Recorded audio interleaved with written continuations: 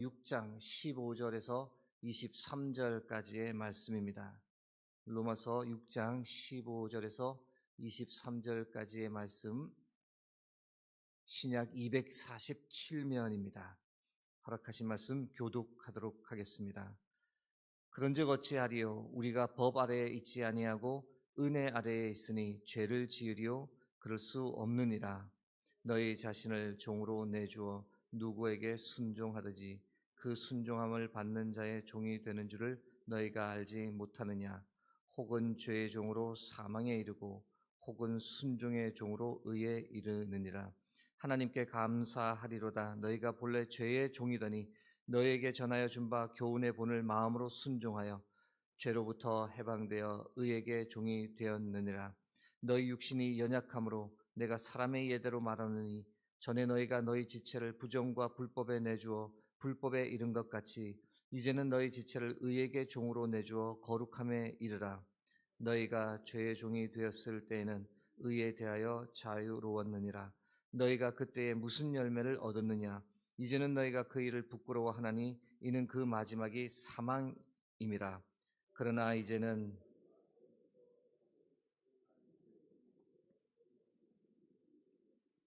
그 마지막은 영생이라. 합독하겠습니다. 죄의 싹은 사망이요 하나님의 은사는 그리스도 예수 우리 주 안에 있는 영생이니라. 아멘. 오늘은 죄의 종인가 아니면 하나님의 종인가라는 제의 말씀을 나누겠습니다. 바울은 6장부터 성도들이 오해할 수 있겠다 싶은 신학적 이슈를 다루기 시작하는데 가장 먼저 다루기 시작한 것이 바로 죄에 관한 겁니다. 죄에 관한 언급은 6장에서 시작해서 8장까지 계속 이어집니다. 상당히 긴 분량을 이 죄와 관련해서 말하고 있는데 그만큼 죄의 문제가 우리 신앙생활에서 차지하는 비중이 크다라고 말씀드릴 수 있습니다. 죄 용서함을 받은 존재이면서도 이 현실에서 죄와 끊임없이 싸울 수밖에 없는 우리의 삶, 이 땅에서 거룩한 삶을 살아가는 것은 참으로 어렵기에 끊임없이 노력해야 하는 부분이기에 이 죄의 문제를 바울이 이렇게 비중 있게 다루고 있는 것을 보게 됩니다. 16절 말씀 다시 한번 보겠습니다. 너희 자신을 종으로 내주어 누구에게 순종하든지 그 순종함을 받는 자의 종이 되는 줄을 너희가 알지 못하느냐? 혹은 죄의 종으로 사망에 이르고 혹은 순종의 종으로 의에 이르느니라. 누구에게 순종하느냐에 따라서 어떤 종이 되는지 결정된다라고 말씀합니다. 죄에게 순종하여 살면 또는 죄의 지배를 받게 되면 죄의 종이 되는 것이고, 하나님께 순종하여 살면 하나님의 지배를 받으며 살면 하나님의 종이 되는 거라는 겁니다.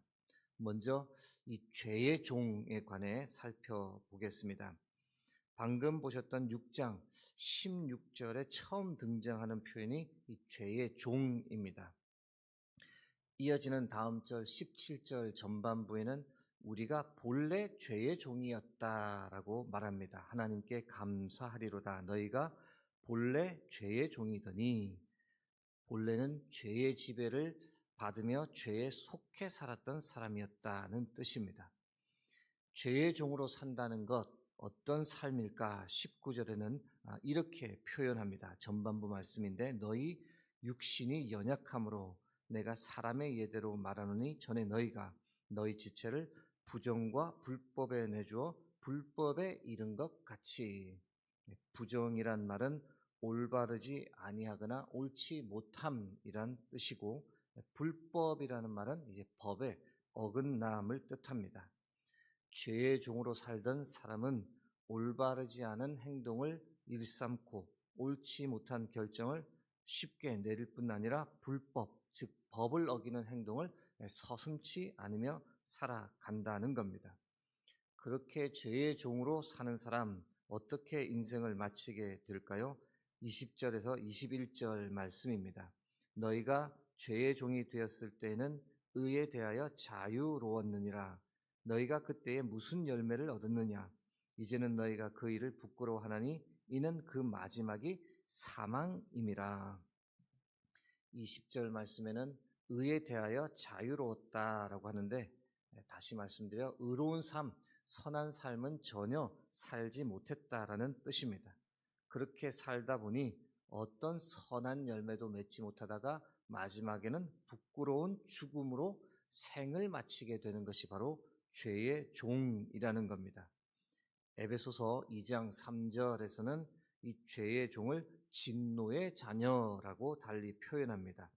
전에는 우리도 다 그 가운데서 우리 육체의 욕심을 따라 지내며 육체와 마음에 원하는 것을 하여 다른 이들과 같이 본질상 진노의 자녀이었더니, 죄의 종은 결국 마지막에 하나님의 진노를 받을 수밖에 없는 존재라는 거죠. 여러분 아시는 대로 죄의 유혹이 참 강합니다.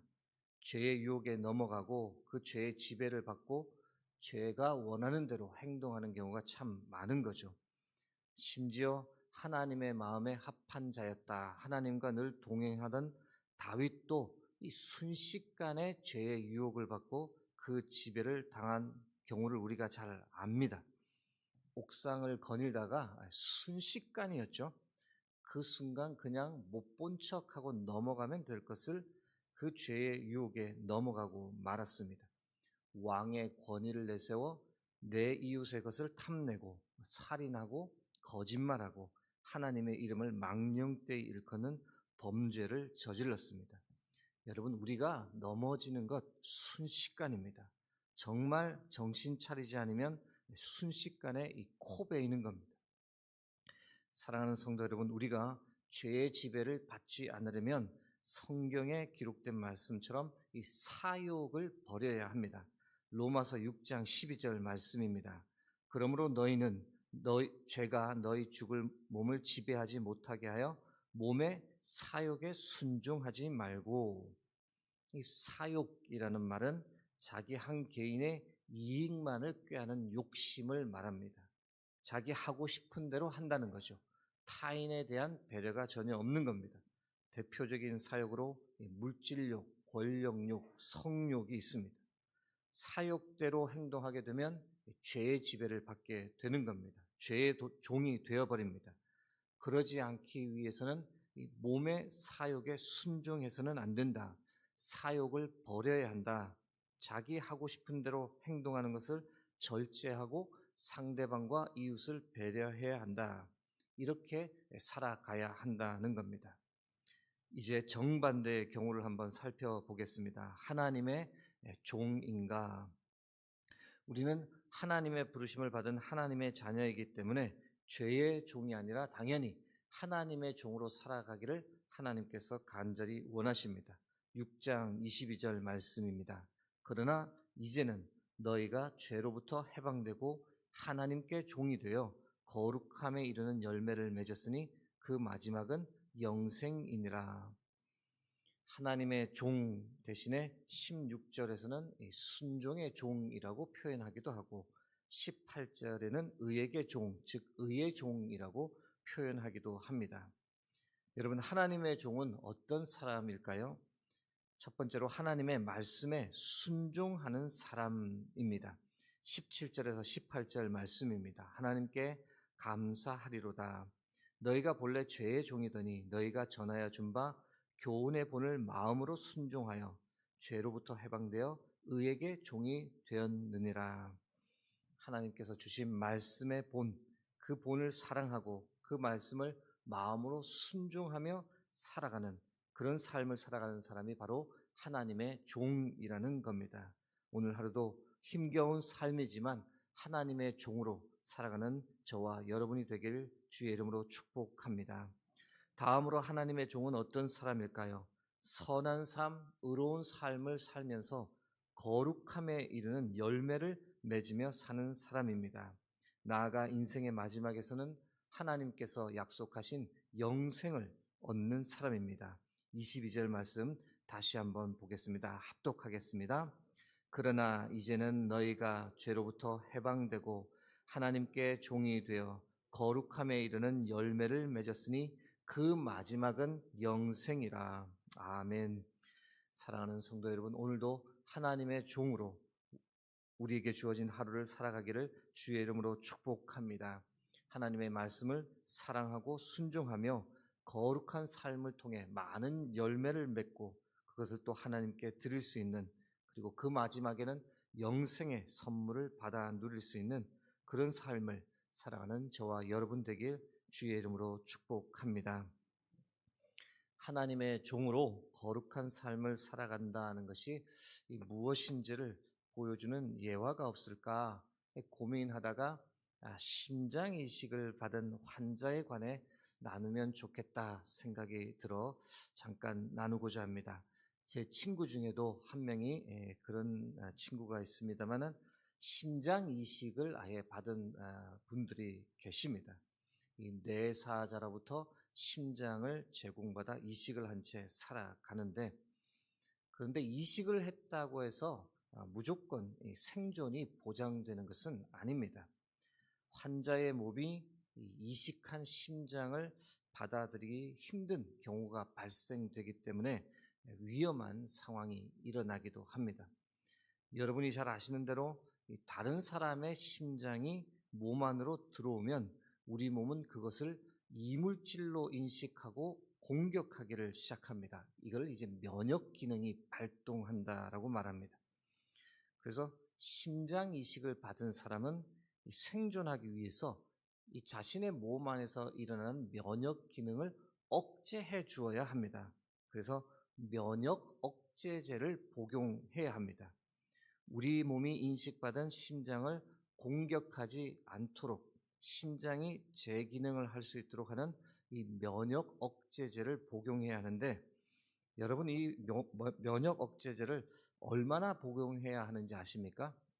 평생 먹어야 합니다. 그래야 계속 살 수 있습니다. 더불어 먹는 음식도 극도로 조심해야 합니다.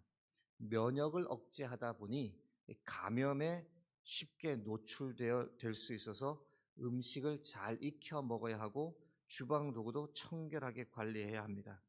굴이나 회 같은 음식은 감염에 쉽게 노출될 수 있어서 가급적 삼가해야 합니다. 다시 말씀드려 심장을 이식받아 새로운 생명을 얻게 되었는데 그 생명을 잘 유지하기 위해서는 면역 억제제를 평생 복용하고 또 먹는 음식도 조심해야만 건강하게 살 수 있는 겁니다. 여러분, 우리의 신앙생활을 우리가 예수님의 심장을 이식받은 것에 한번 비유해서 생각해 보겠습니다.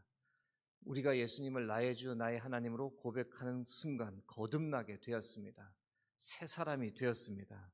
마치 예수님의 심장을 우리가 이식받게 되었다라고 생각해 볼까요?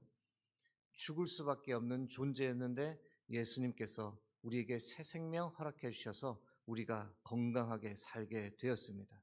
그런데 자꾸 우리가 전에 가지고 있었던 습관이 되었던 죄성이 예수님의 심장을 공격하는 겁니다. 의와 거룩과 사랑으로 가득 찬 예수님의 심장이 우리 안에 들어오자 죄성에 물든 우리의 본성과 자꾸 충돌하는 겁니다. 예수님의 심장을 받아들이지 못하고 자꾸 그 심장을 공격하려는 거죠. 이때 우리가 무엇을 억제하기 위해 노력해야겠습니까? 예수님의 심장을 자꾸 공격하려는 우리의 죄성을 억제해야 합니다. 죽여야 합니다. 표현이 좀 그렇지만 죄성 억제제라고 표현을 할 수 있을까요?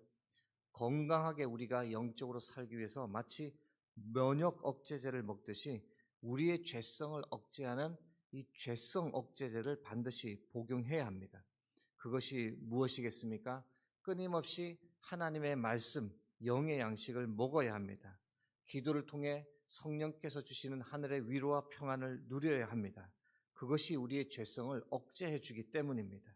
예배와 찬양을 통해 우리에게 주시는 하늘의 은혜를 계속 머금고 살면서 죄성을 죽여야 하는 겁니다.